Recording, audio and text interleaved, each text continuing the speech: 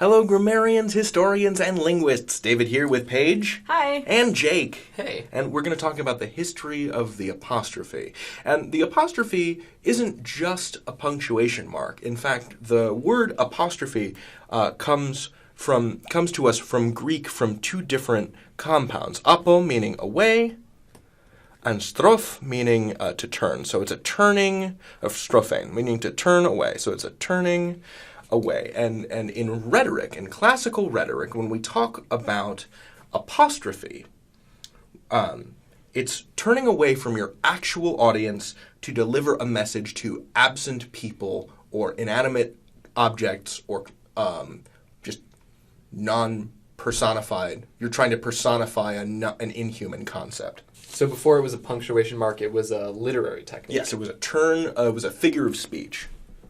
You know, so if you think about examples from literature, this can be the two things that my mind immediately leaps to, being me, are "Oh, happy dagger," the speech from the end of Romeo and Juliet in Act 5. Boom. Sorry, y'all didn't see, I plunged the stylist into my breast. "Oh, happy dagger, this is thy sheath, there rust and let me die." Boom. So, like, in that, like, you know, we're addressing the dagger. The dagger is not alive. It is a knife. It cannot respond. Or, on a lighter note, perhaps, from HMS Pinafore, there's a song, "Fair moon, to thee I sing, bright regent of the heavens." It's the moon. The moon can't talk back. It's the moon. And from this figure of speech, this is where we get the idea that an apostrophe represents something that is missing. That's how we come to get its main use, to represent that something that it's standing in for absent letters. Just like an apostrophe in rhetoric would be delivered to absent friends. Follow me over to the next screen. Let's do a little bit of history. So the apostrophe was introduced to the French language by an engraver and humanist named Geoffroy Tory, I think is how you would say his name. That's a guess. In around the late 16th century, I think is around the 1580s. Tory is the man who also introduced a lot of diacritic or accent marks into French. So, you know, instead of like aimé, meaning loved, it would be aimé, like that. And he's the person that used it originally in French to start representing eliminated letters. So if you have an expression like la heure, meaning the hour, Tory would have it l'heure, like that. You know, and this apostrophe in there, boom, represents this missing vowel sound.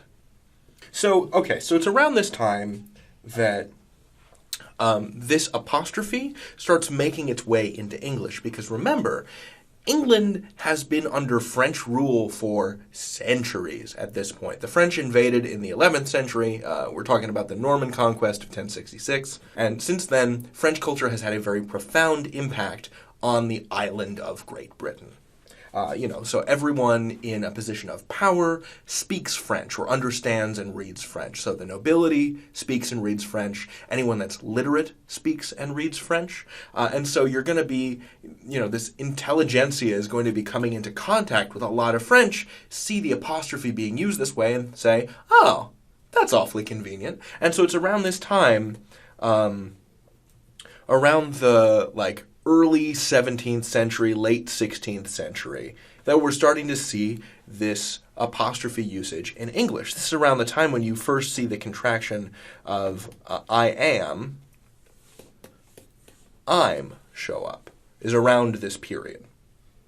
Jake, does this square with how apostrophes are used in other languages too?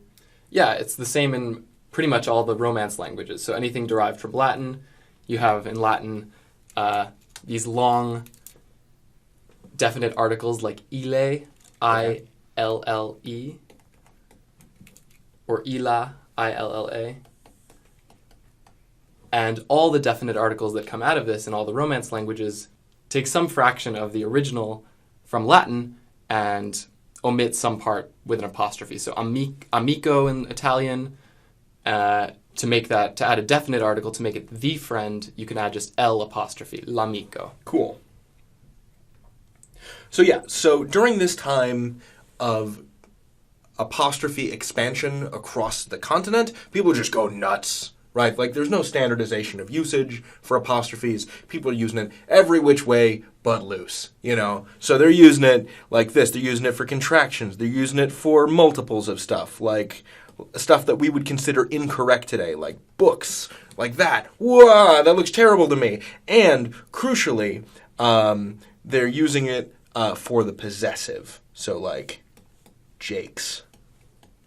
And the history of that usage is another story entirely. But this, for now, is the history of the introduction of the apostrophe into English. You can learn anything? David and Company out.